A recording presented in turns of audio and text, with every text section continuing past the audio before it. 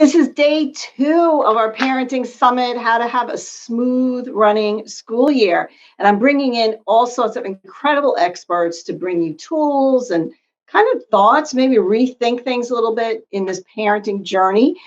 So if you didn't see our first session, you can go, I have the link in there. You can go into the event and check it out. My name is Dale LaCure, and I love helping families create health and harmony. That's the word, harmony, using holistic mental wellness solutions. And I'm going to talk more about the physiological aspects of parenting and how we can help ourselves and our kids later on in this summit. So with me today on day 2, I have Angie Spartz. She is a tiny habits coach. She is a Reiki practitioner, EFT practitioner, a yoga instructor, a personal trainer. She's amazing. She has such incredible wisdom.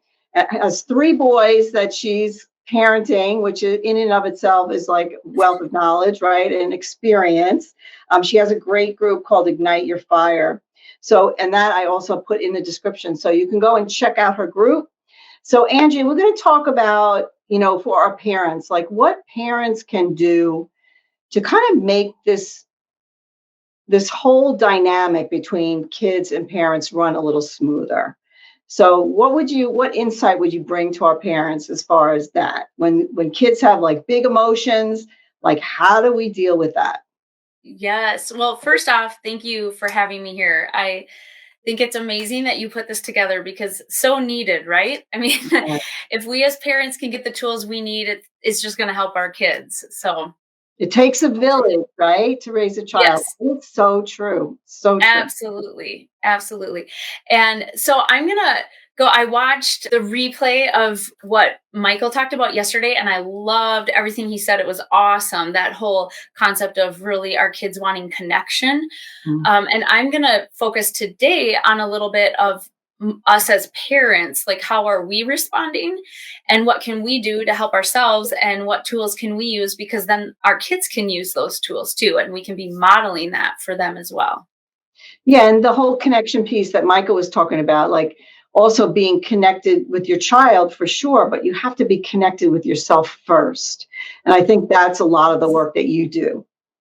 Yes, yeah, absolutely. That's such a good way of saying it because that is what I do. Like recognizing that a lot of us, not everyone, but a lot of us have been taught like give, give, give, give, give, but we actually can't give if we aren't filled up. So we can't give love if we're not loving ourselves and we're not giving ourselves the time and the space that we need and recognizing the gifts we have and bringing those to the world. We can't really give if we're not in that state Yeah, of self-love. absolutely. And I So, think that we model that, like kids get a sense of that. Like if we're not loving ourselves, like they can sense that. Like their kids are so intuitive. Like they know if when we say something, if we're really gonna like follow through on what we say. Even though the words are yes. saying something, they know intuitively, like, yeah, she means what she's saying, or no, she really doesn't mean that. Yeah. And kids are also amazing. I don't know if anyone else, if I say this, they'll be like, yes, kids tend to be very good too at sensing where we're at. Like, oh, maybe I could push this and mom would give today because she's maybe not going to be Yeah. able to handle it. Yeah. And I don't mean that to say they're manipulative, but what I mean is that they really do, like you said, they sense our energy. And we really, as parents, set the barometer for our family. So a lot of times I've worked with people who they're like, my kids are doing X, Y, and Z. And the first question is, let's check in with you. What's going on in your life? Like, where are you feeling stressed? Because your kids might actually just be sensing that. And it's creating anxiety in them because now home doesn't feel just grounded and safe because they can Mhm. tell that mom or dad, something's up and maybe not talking about it. So, Yeah. They're so intuitive. So yeah. so give us some tools of like what we can do to become more centered and grounded and calm during these parenting years. Yes, absolutely. Well, the first thing, this is actually a little phrase I learned, first heard from Carol Tuttle, is to remind ourselves that upsets are setups for healing. and it has helped me Ooh, immensely.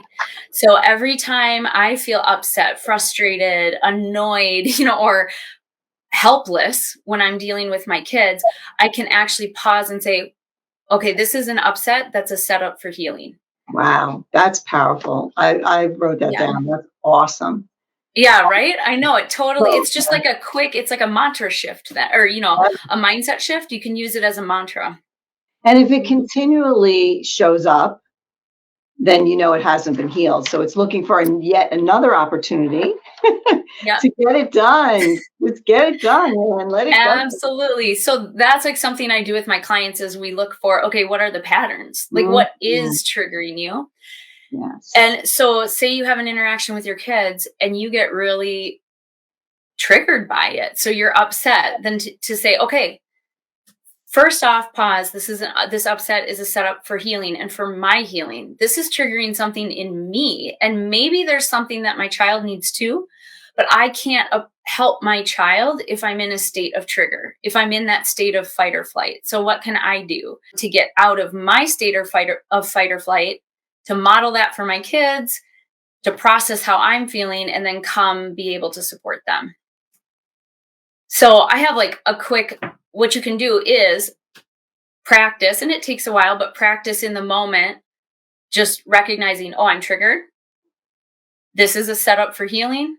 And then reminding yourself, okay, and I also can choose into this. Can be hard to do at first because it's retraining the brain, especially when we're in fight or flight. Like our brain's a little not misfiring, it's doing what it's supposed to, but it's just reacting versus Right. thinking. Right. But to say, okay, this is a setup for healing, and I am triggered, and my child is just playing a role in that. Like they're helping bring this pattern to the surface. So I'm grateful they did, and I'm going to release them of this right now. So even physically just saying, like, I'll say to my kids, you know what, kids, I'm a little triggered right now, but this is my emotion to deal with. So I'm going to step back and create space. And I create, Yeah. like, I'll go into my room or I'll sit in the car. Like if we're in the car and we get triggered, we'll get home and I'll say, you know what, why don't you go in the house ahead of mom? And I'll sit in the car for 5 or 10 minutes. And then give yourself the time to just feel the feelings and breathe through it. And then this is where you can also use tools to help feel the feelings. Cause I know when I first started healing and people would say, just feel your feelings. I'm like, what does that even mean? Like, I never learned how to do that. So one of my favorite tools is EFT, which stands for Emotional Freedom Technique. It's also referred to as tapping. So it's just a process where you're physically tapping on different meridian points of your body, which sends a physical signal to your body that it's okay to calm down. As you start flushing out how you're feeling, you literally say, like, I'm so mad, or my neck is tight, or I just want to scream, releasing all of this. And it just kind of helps you identify even what you're feeling. Wow. And then this is a really high level on EFT. And then once you go through that and you know how you've identified how you feel, and you almost feel that wave subside a little bit, then you can, do around forgive yourself, acknowledge you were doing the best you knew how, and then you can tap on what you want to feel. Like, I am filled with peace, and I am filled with love, and I am easily heard. And even if I'm not heard, that's okay, because I recognize my message maybe isn't important for them, things for their story. And you just tap in what you want to feel. And I have literally one day, I was highly triggered, not by my kids, by something else. And I wear a fitness watch. So I looked down and I looked at what my heart rate was, and it was like sky high. It was over 100. And I did tapping, and within 10 minutes, my heart rate was back down to like 65 beats a minute. And I had let myself cry and feel it. And then I could go home and be the mom that I wanted to be, like be the safe space for my kids. I wasn't bringing all of that stress and anger from this other situation and projecting it onto my kids. Wow. Wow. Yeah. Wow. So I love two things. First, that you are saying to your kids, I need a moment because I don't want to react. I want to be calm and be whole so that I can be more effective as a parent. And the fact that you're telling them that is huge. You know what I mean? And the fact that they're seeing you do that is, and you don't have to tell them, go and do that if they're in a moment. They're seeing you model that. That's like Right. 1,000 times more, I don't know, meaningful, or, I just feel like we really have to model what we want to see in our kids. Like if we're freaking out and screaming at them, and then they're screaming at us, and we're like, you can't scream at us. And they're looking at you going, well, you're screaming. Like Right. what?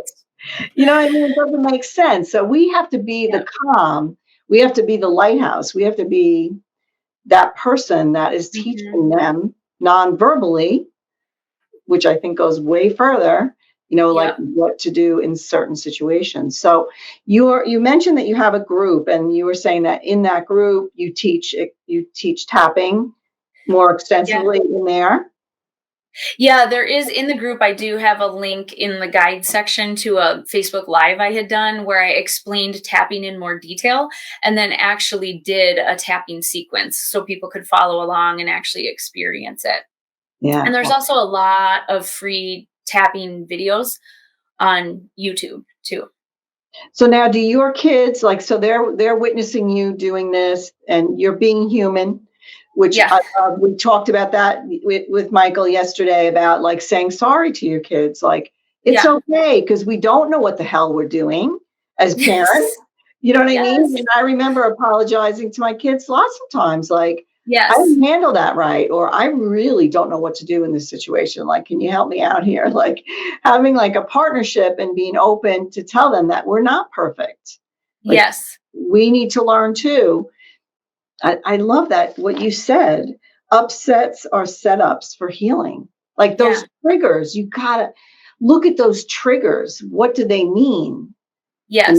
It's that and finding out because that's where the tapping can help you get at just like the high level, I'm angry or something like that. But I had a specific instance. Well, I can share with one of my clients. She thought it was one thing. And as we tapped, all of a sudden she realized, oh my gosh, this is related to I feel stupid. And that mm, so actually what was being triggered wasn't just I feel unheard or I feel unappreciated. It was they said something that was objectively mean and disrespectful, but what it triggered in her was this voice from her childhood saying, you're stupid. You don't do anything right. You're stupid. And if that's how you feel, and that's way under the surface, underneath everything you're doing, if your kids or your spouse or a neighbor says something that might even remotely insinuate you don't know what you're talking about, you're going to be triggered. yeah. So if we can address that and get rid of that toxic energy and then replace it with a positive mindset shift, like I know what I need to know when as it happens, or I make mistakes and that's okay because that just means I'm learning and human, then all of a sudden you can enter those situations from a more balanced place. I love it. So Yeah. powerful. It's so powerful. I mean, I'm doing this kind of work right now as well, like, and just uncovering stuff like why certain things keep showing up and what they mean, and how they go back to childhood experiences that you may never, that you forgot Yes. about. I mean, there's been some stuff that's come up with me, and I'm just like, oh my gosh, that's right. Like that happened to me at this time. And like that's what it's triggering. That's what this experience today is dipping into, the emotion of that happened 40 years ago or whatever. Yeah. You know what I mean? It's Yes. crazy. But It once is. you have the awareness, and then release it, like give it a new meaning. Yes. Yes. And like you said, it's wounded inner child healing is fascinating to me. I love doing it. It was a big part of my own personal healing process. It's a big part of what I do with clients because I mean, a lot of the lies that we believe as truths, those limiting beliefs, we take on before the age of 8 a lot of times. And then it just keeps showing up in our life as a pattern until we recognize what's below it and then shift that pattern. So I was going to say, I mean, I think, to me, our children are our greatest gifts, but they're also our greatest teachers. And Absolutely. they come to us with a pure heart, with a clean slate, with no baggage, and they can shine the light on things within us that need to heal. And I think it's a beautiful thing if we can recognize it and heal ourselves first so that we can be the best parent. And I know that everyone, that's all they want. When someone becomes a parent, they want to be the best parent there is, but I think they forget they have to parent themselves along the way. Yeah, that was like so beautifully said. Absolutely. And the other thing I just was going to say is, and also one thing I remind my clients a lot is and giving yourself grace in the process. Cause like you said that, and what Michael touched on with the asking for forgiveness, apologizing to our kids, because we are human and we are going to make mistakes. But I remind people that, a healing process at the beginning, you might get triggered, run through the same pattern you normally would. And after the fact go, oh my gosh, I was triggered and I didn't stop myself. It's okay. That's totally okay, because then you say, okay, now I'm going to tell myself that was a setup for healing. Now I'm going to tap on it or journal on it or use a different tool and process it. And as you heal more and more, you're going to recognize it earlier and earlier until the new pattern has just been set. But a lot of people get really frustrated. Like they'll come to me and they'll be like, well, yeah, last week this pattern showed up, but I did the same thing and I'm so mad at myself. And I'm like, but you recognized it, like you noticed it. And that's a really good thing. And so just for people to remember to give themselves grace in the process, because it took years for us to develop these patterns. It's not going to just right away switch. It won't take years to undo it, but it'll take longer than a week a lot of times. Yeah. It's the step one is the awareness. And then it's taking the tools, staying calm, removing yourself, the pause before you speak. Removing yourself, like sitting in the car, like you say. So this is so good. Angie, this is such a great, powerful discussion.